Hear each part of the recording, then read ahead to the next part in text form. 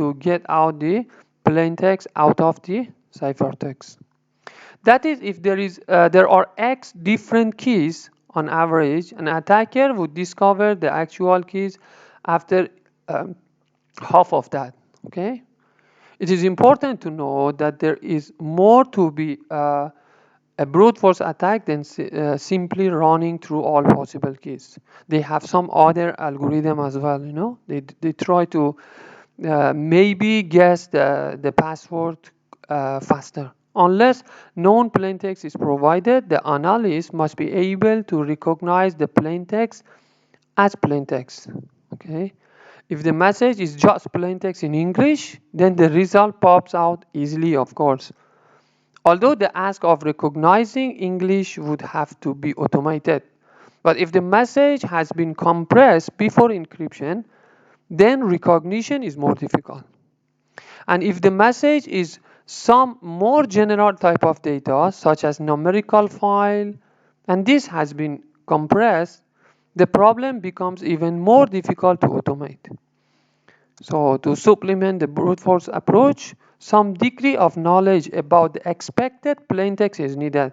So I should know what kind of information I'm going to decrypt, for example, as attacker. All right? Okay. Many symmetric block encryption algorithms, including the DES, have a structure first described in 1973, I guess. And you can see in figure 2.2. The input to the encryption algorithm are a plaintext block of length 2W bits and a key of K. The plaintext block is divided into two halves, the LE0 and RE, the left one and the right one. The two halves of the data pass through n rounds of processing and then combine to produce the ciphertext block. Each round, let's say round I, has input LEI minus 1 and REI minus 1, right? The previous one, derived from the previous round, as well as a subkey KI. So we have a different kind of subkey, and also each time, because it goes through each round, in fact. In general, the subkeys KR are different from K. So KI is different from K, and from each other, and are generated from the key by a subkey generation. We have a subkey generation algorithm as well. Okay. So in this example, figure 2.2, there are 16 rounds are used, all right? Although any number of rounds could be implemented. So here is a 16 times. The right-hand side of the figure 2.2 shows the decryption process, right? So we have encryption and we have decryption. So goes down, here goes up. All the rounds have the same structure. Substitution is performed on the left half of the data. This is done by applying a round function f, as you can see, round function f, to the right half of the data. And then taking the exclusive OR, which I'm sure that you are familiar with that, of the input of that function, and the left half of the data. So the round function has the same general structure for each round, but is parameterized by this round subkey Ki, right? Because that is different, the Ki. But the rest are same. The process is same. So following this substitution, a permutation also is performed that consists of the interchange of the two halves of data. We call it permutation. So as you can see, this is the algorithm, basically how the things will be done. So we will make it as a two halves. The plain text is divided into two halves. The first half, the second half, which is LE0 or E0, will be started until it reaches to the, for example, 16 round. So that is basically the Feistel encryption and decryption algorithm, all right, which is proposed in 1973. So this cipher design, let's look at the elements. So we have like block size, key size, numbers of rounds, sub-key generation algorithm, a round function, fast software encryption, decryption, and ease of analysis, right? So this facial structure is a particular example of the more general structure used by all symmetric block ciphers. I can say in general, a symmetric block cipher consists of a sequence of rounds, with each round performing, just now we explained, substitution, permutation, contained by a secret key, right? So the exact realization of a symmetric block cipher depends on the choice of the following parameters and design features, like block size. So if you choose a larger block size, mean greater security, right? But reduce the encryption decryption speed, of course. A block size of 128, for example, bits is a reasonable trade-off. Okay, normally we will go for 128 bit. That is a block size. The larger key size, on the other hand, means greater security, but may decrease the encryption decryption speed again. Okay, so the most common key length also is 128 bit. So the same for the block size and also for the key size. The third one is the number of rounds. So the essence of a symmetric block cipher is that a single round offers inadequate security. So, but the multiple rounds offer increasing the security. A typical size, the number of rounds is from 10 to 16. So that is for the number of rounds. The next one is the sub-key generation algorithm. So the greater complexity in this algorithm should lead to greater difficulty of cryptanalysis. The attacker need to spend more time, or sometimes it's not feasible or possible for them to find out the keys. The round function is the next one. Again, greater complexity generally means greater resistance to cryptanalysis. So there are two other considerations in the design of a symmetric block cipher. One is the ease of analysis, and another one is the fast software encryption decryption. So in many cases, encryption is embedded in application or utility function in such a way as to, preclude a hardware implementation. Accordingly, the speed of execution of the algorithm becomes a concern. And the next consideration is, excuse me, is the ease of analysis. Although we would like to make more, our algorithm as difficult as possible. Of course, everybody is trying to do that. But there is great benefit in making the algorithm easy to analyze.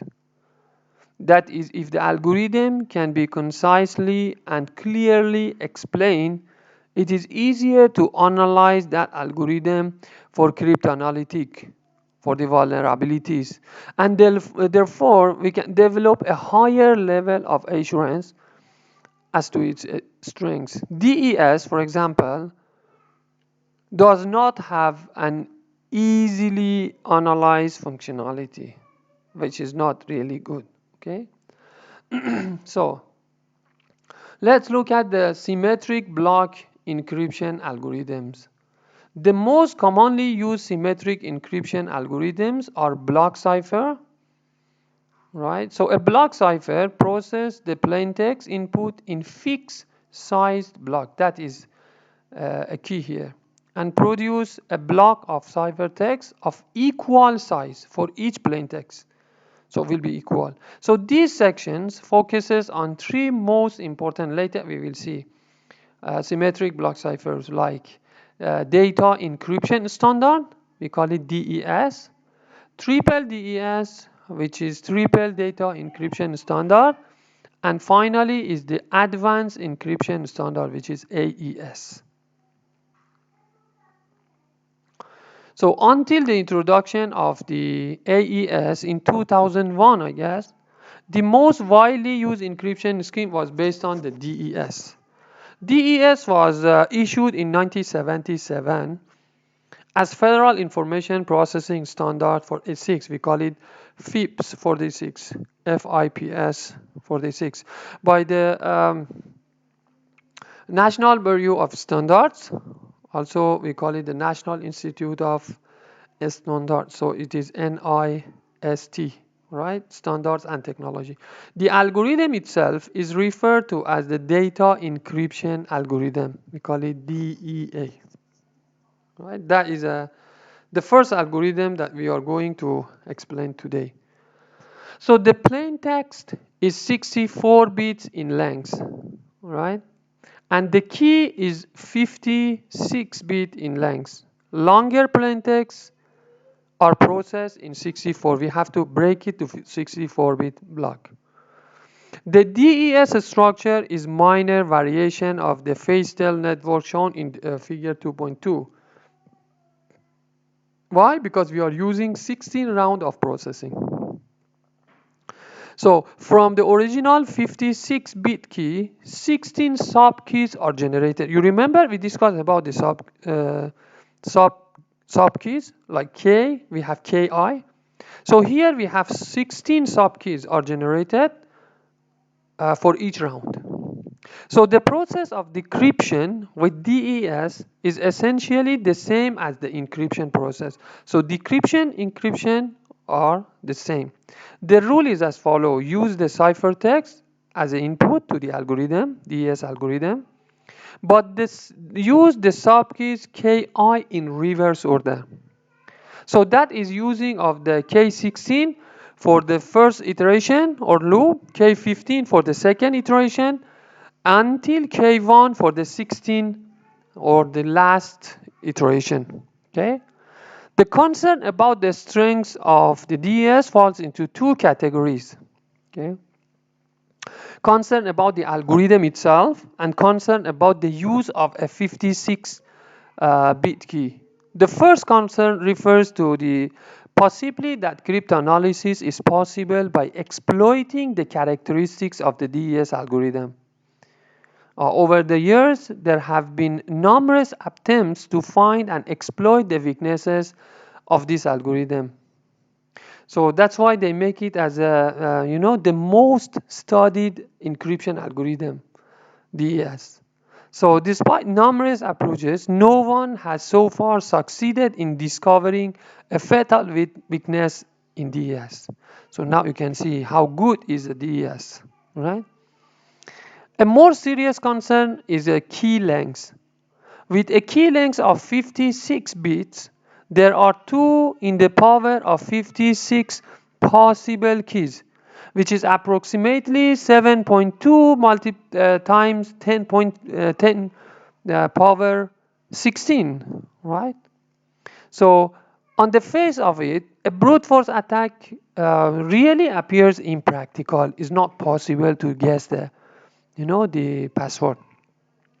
So however, the assumption of one encryption per microsecond is overly conservative. So the DS finally and definitely proved insecure in, I guess, in July 1998, when the Electronic Frontier Foundation announced that is that broken the DES encryption using a special purpose DES cracker. They use a DES cracker machine. That time was built for less than 250,000 US dollar, right? So it took around 3 days for them to break it, okay? And that's why the hardware prices will continue to drop as speed increases, making the DES virtually worthless. So that's why we have to think about the other algorithm. Considering these results, the table 2.2 shows how much time is required for a brute force attack. Brute force attack meaning that trying all possible keys. Okay. So here required for a brute force attack for various key sizes, as can be seen from the table. A single PC can break DES in about 1 year. Okay. If multiple PCs we use in parallel, the time is drastically shortened. And today's supercomputers should be able to find a key in about 1 hour only. They can find the key for DES. So the key size of 128 bits or greater are effectively unbreakable using simply a brute force approach. Even if we manage to speed up the attacking system by a factor of 1 trillion, meaning that 10 power 12, it would still take over 100,000 years to break a code using